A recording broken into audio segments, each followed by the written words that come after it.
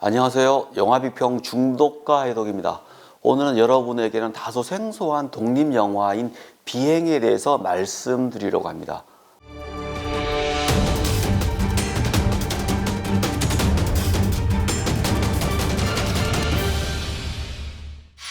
여러분들이 극장에서 영화를 많이 보시는 분들에게 독립영화라는 용어는 다소 생소합니다. 독립영화란 무엇이냐면요. 대부분 여러분들이 보시는 영화를 주류영화라고 할 수 있습니다. 영화 시작하기 전에 나오는 어떤 큰 투자 배급사가 있죠. CJ라든가 롯데시네마나 쇼박스 같은 그런 큰 회사에서 투자해서 여러분들이 대부분 알고 있는 이름을 들어본 그런 배우들이 나오는 영화들은 쉽게 말해서 주류영화라고 할 수 있습니다. 주류영화는 대부분 큰 장르 속에서 작동을 합니다. 장르라는 것은 멜로드라마, 액션, 서스펜스, 스릴러, 코미디 같은 여러분들이 대부분 아는 그런 영화들이죠. 독립영화는 그런 틀을 가지고 있지 않습니다. 감독이 자기가 하고 싶은 이야기를 보다 더 현실적인 그런 이야기를 합니다. 독립영화를 정의하라면 저는 사람마다 다를 수 있는데요. 저는 어떤 주류 이데올로기로부터 독립하고 주류 자본으로부터 독립하고 주류 영화 문법으로 독립해서 비주류적이면서 독립적인 그런 이데올로기를 자신만의 방식으로 만든, 그래서 영화의 다양성을 충족시키는, 주류 영화의 허점을 깨부수는 그런 힘 있는 영화를 저는 독립영화라고 생각합니다. 오늘 이 비행이라는 영화를 소개시켜 드리려고 합니다.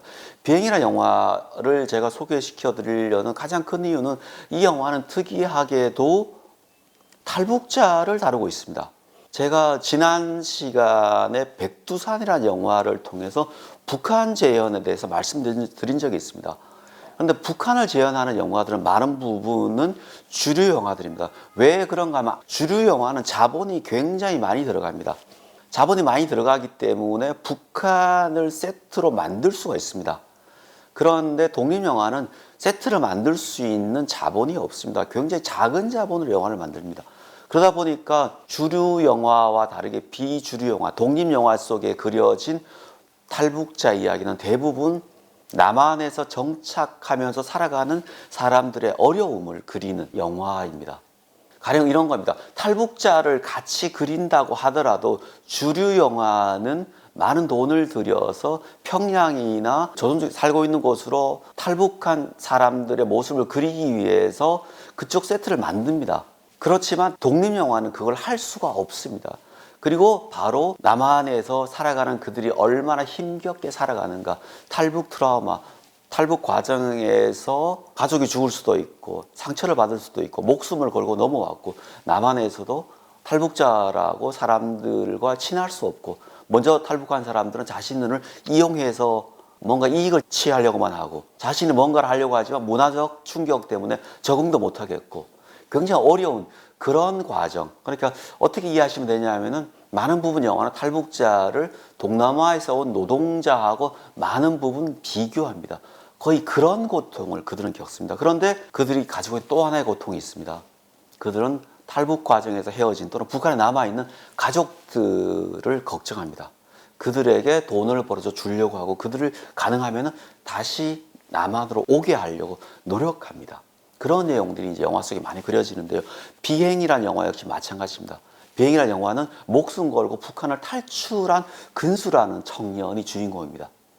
그리고 이 영화는 재미있게도 밑바닥 인생을 살고 있는 남한의 어떤 양아치라 그럴까요? 그런 인물인 중국집에서 배달하는 지역이라는 인물이 있습니다. 두 인물이 주인공입니다. 우연히 두 인물이 알게 되면서 남한에서 살아가는 그 고통을 이야기합니다. 쉽게 이야기하면은 남한에서 가장 하층민이라고 할 수 있는 탈북자와 전과자 청년들, 남과 북의 청년들이 어떻게 이 각박한 신자유주의 시대에 남한에서 살아가는가, 그 고통을 이야기하는 것이죠. 근수는 같이 탈북하다 헤어진 형이 중국에 있습니다. 생사를 알지 못합니다. 그래서 그는 어떻게 해서든 돈을 벌어서 형을 남한으로 데리고 오려고 합니다. 지역은 가족에게도 거의 버림을 받았고 그와 친한 사람이 없습니다. 그는 무슨 수를 써서라도 돈을 모아서 호주로 이민 가서 살고 싶어 합니다. 이런 상황에서 탈북자인 근수와 그에게 접근하는 먼저 탈북한 동료들 중에 한 명이 이제 마약 거래책입니다. 그래서 그에게 적당한 돈을 주면서 마약을 거래하게 하는 것이죠.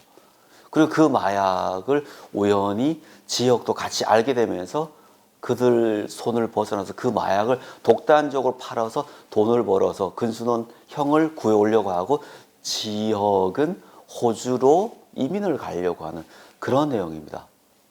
자, 여기까지 설명드리면 여러분들 중에 혹시 탈북자를 다룬 독립영화를 보신 분이 있다면 아마 비슷하게 떠오르는 영화가 있을 것입니다.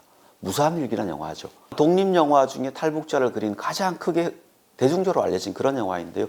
무산일기는 무산이라는 곳에서 살던 청년이 남한으로 와서 그들을 이용하려고 하는 탈북자들, 그를 구박하면서 착취하는 남한 또래들, 기댈 곳 없는 삶의 쓸쓸함, 힘든 그 어려움들을 무산일기는 그리고 있습니다.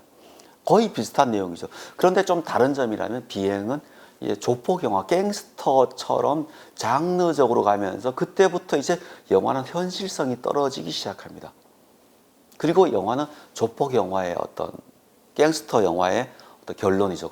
칼로 흥한 자 칼로 망한다는. 처음에는 꽤 돈을 벌고 올라가는 것 같지만 결국 그것 때문에 아무런 결론을 맞을 수밖에 없는 그걸로 끝이 나게 됩니다.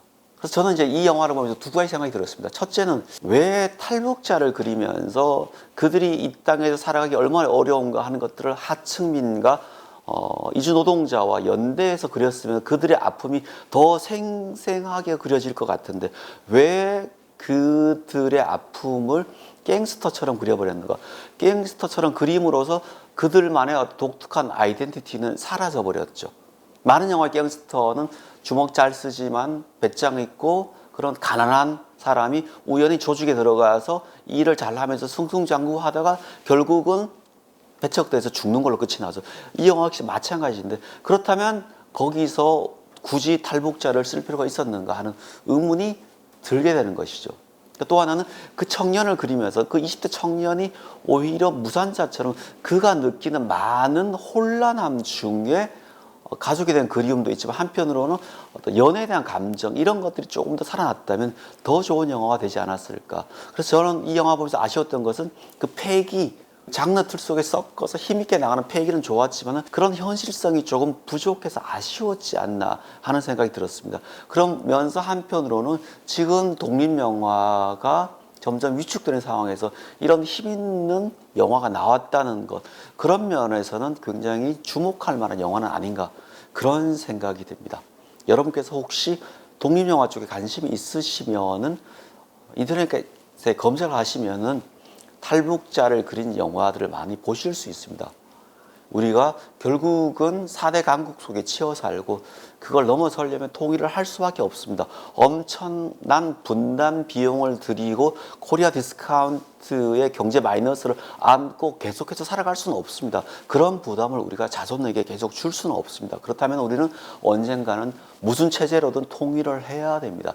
결국 탈북자를 그린 영화는 우리가 북한을 어떻게 맞이할 것인가, 우리가 북한을 어떻게 바라보고 있는가, 그리고 나중에 평화가 왔을 때 우리는 이 문제를 어떻게 해결할 것인가에 대한 우리의 집단 무의식적 생각들을 그리고 있는 영화이기 때문에 저는 여러분들에게 이 영화를 반드시 보시라고 권하고 싶습니다.